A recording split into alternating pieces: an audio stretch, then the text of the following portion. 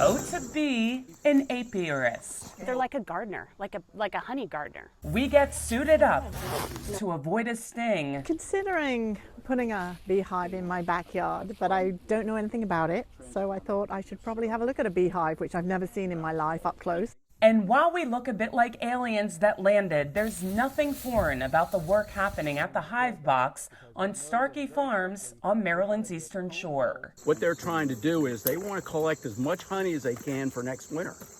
They're making that preparation in the spring for next winter. Beekeeper Gary Robeson estimates 50,000 bees are abuzz. ShoreRivers created this expedition to learn how bees help our land, which in turn benefits the water. They increase the plants that they use for their food. It's a symbiotic relationship, and the plants create the nectar and the pollen for them to draw them to come and pollinate them. Our local waterways then get the benefit from plants, especially the native ones. Starkey Farms in Galena is surrounded by creeks that lead to the Sassafras River. Native plants have really long, deep roots that can actually take in water, slow the water from the rain, trap it, hold nutrients, and actually make the water cleaner as it heads towards the waterways. There's family pride here. Brennan Starkey's grandparents bought the 1,400 acres of property in the 1950s. Bees and pollination were really critical to a lot of our crops.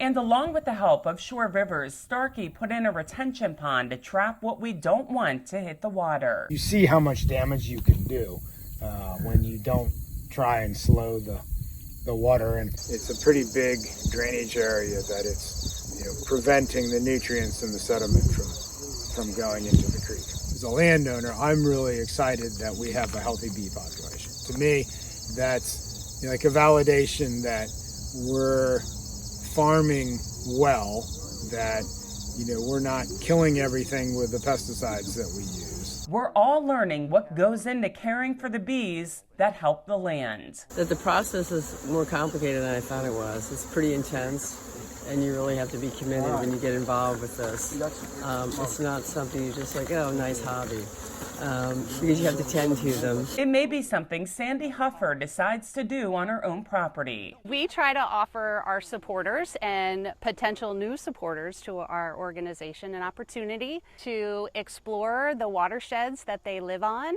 and get to understand the intersection of outdoor recreation and ecology as it pertains to the conservation of our water quality in our rivers. The buzz out here is how the bees and the bay will always be connected. For Chesapeake Bay Media's Bay Bulletin, I'm Cheryl Costello.